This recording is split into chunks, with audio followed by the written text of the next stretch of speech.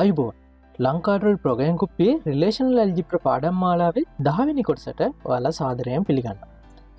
අද අපි බලන්නේ left outer join කියන ඔපරේෂන් එක ගැන. ඉතින් ඔයාලා දන්නවා අපි රිලේෂනල් ඇල්ජිබ්‍රා පාඩම් මාලාව මේ වෙනකොටත් කොටස් 9ක් ඉවර කරලා තියෙන්නේ.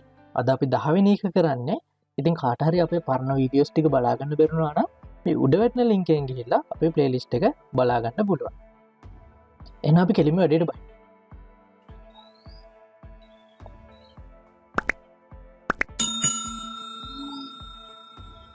ඊට කලින් ඔයාලා තාමත් අපිව subscribe කරලා නැත්නම් පල්ලෙහා තියෙන බටන් එක ක්ලික් කරලා notification උත් on කරගන්න. මොකද ඉස්සරහට අපි අපේ industry එකේ experience එකත් ඔයාලත් එක්ක බෙදා ගන්න හින්දා අපි වීඩියෝ එකක් දාපු ගමන් ඔයාලට notification එක එන්නේ ගොඩක් වැදගත් වෙයි.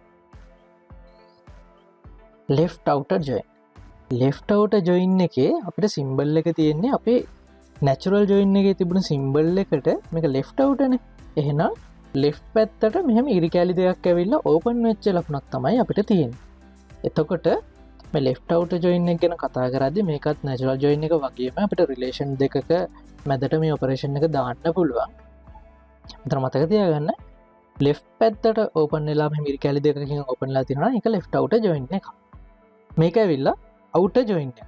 අපි දන්නා inner join එකක් නම් relation දෙකේ left right relation දෙකේ සමාන values තියෙනනම් ඒව join වෙනවා. සමාන values නැත්තම් ඒ values ignore වෙනවානේ. outer join එක එහෙම වෙන්නේ නැහැ.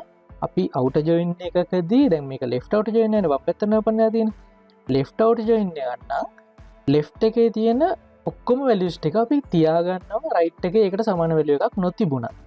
මතක තියාගන්න right එකේ සමාන values නොතිබුණා.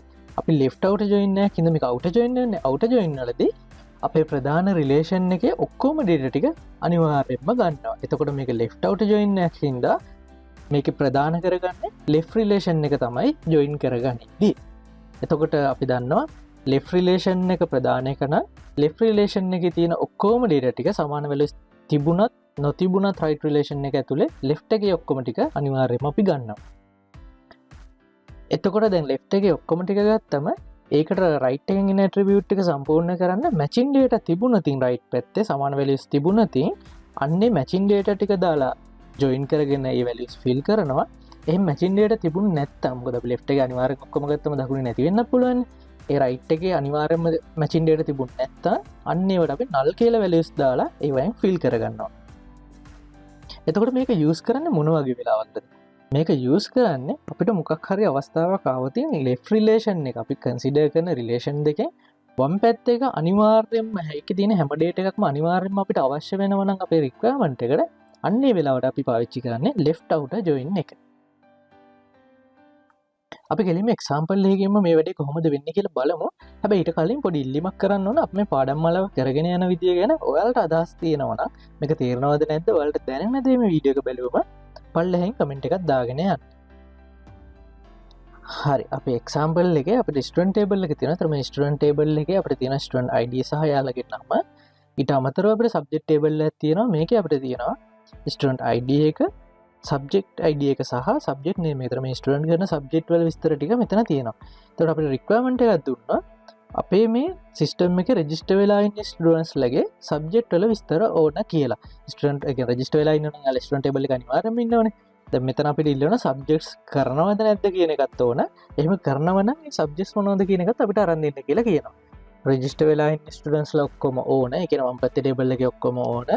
එතකොට ඒකේ සබ්ජෙක්ට්ස් කරනවද නැද්ද කියන එක බලනවා කියන දකුණු පැත්තෙන් එයාට සමාන values තියෙනවා නම් දකුණු පැත්තේ ඒ ළමයට සබ්ජෙක්ට් විස්තර තියෙනවා නම් එයා සබ්ජෙක්ට් කරනවා. එහෙම ගන්නවා නම් ඒ සබ්ජෙක්ට් මොනවද කියලා ඕන.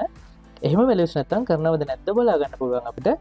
මෙතෙන්දී දකුණු පැත්තේ data නැත්තම් අන්න එයා ඒ සබ්ජෙක්ට්ස් මුකුත් කරන්නේ නැහැ.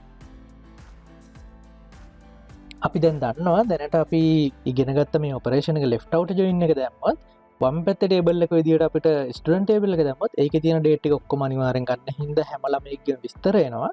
එතකොට ඒක join කරත් right table එකත් එක්ක ඒ කියන්නේ subject table එකත් එක්ක අපි දන්නවා අපිට එයාට subject නැත්තම් null values වලින් fill වෙලා එනවා. subject තියෙනවා නම් ඒ විස්තර එනවා. අන්න එතකොට අපිට මේ requirement එක කොට දාගන්න පුළුවන්. එහෙනම් අපි දන්නවා මෙතන අපි left relation එක විදිහට ගන්න ඕනේ student relation එක. ඒ වගේම right relation එක වෙන්නේ subject relation එක.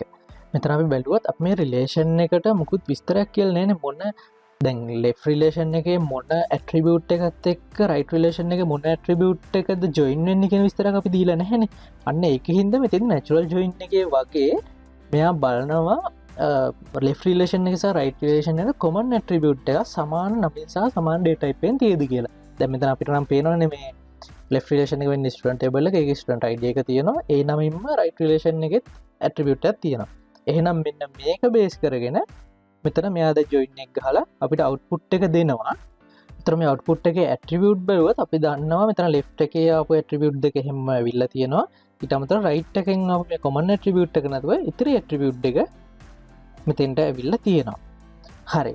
එතකොට මේකම අපිට වෙනස් විදිහකටත් ගන්න පුළුවන්. ඒ තමයි දැන් මෙතන බැලුවොත් ඔයාලා අපි කලින් පුල්ම නොදාදාපු හින්දා common attribute එක පාවිච්චි කරලා කරේ අපිට එහෙම නැතුව අපිට කියන්න පුළුවන් left relation එකෙන් මෙන්න මේ attribute එක right relation එකේ මෙන්න මේ attribute එකට සමාන වෙන අවස්ථාවට join කරන්න කියලා අපිට කියන්න පුළුවන්. ඒතර මේ වගේ දෙයක් අපිට සෑහෙන්න වැදගත් වෙනවා. මොකද මේ වගේ එකම නමින් නෙවෙයි නම් තියෙන්නේ. උදාහරණයක් විදිහට මෙතන student id තිබුණා මෙතන නිකම්ම id තිබුණා කියලා දන්නකො. අන්න එහෙම අවස්ථාවකදී අපිට පුළුවන් left එකේ student id එකත් එක්ක right එකේ නිකම්ම id එක join කරන්න කියලා වගේ මෙතන කියන්න. ඒකත් පොඩ්ඩක් මතක තියාගන්න. එතකොට අපි මේ output එක ගැන තව ටිකක් හොඳින් බැලුවා අපිට පේනවා left relation එකේ තිබුණේ කියන්නේ student table එකේ තියෙන ඔක්කොම data ටික output එකට ඇවිල්ලා තියෙනවා. හැබැයි අපි බැලුවොත් දැන් right relation එකේ අපිට තියෙන s.4 කියන එකට left එකෙන් value එකක් නැති හින්දා අන්න ඒ value එක මෙතෙන්ට ඇවිල්ලා නැහැ. මොකද අපි left out එක ගන්න left out එකේ left එකේ ඔක්කොම ගත්තට right එකේ ඔක්කොම ගන්නවා කියලා එකක් නැහැ. එතකොට ඒකේ සමාන values තියෙන ටික විතරක් ගන්නවා. එහෙම නැත්නම් ඒවා ignore වෙලා යනවා. එතකොට මේ left එකේ තියෙන s.3 එක ගත්තොත් ඒකට right එකේ value එකක් නැහැනේ.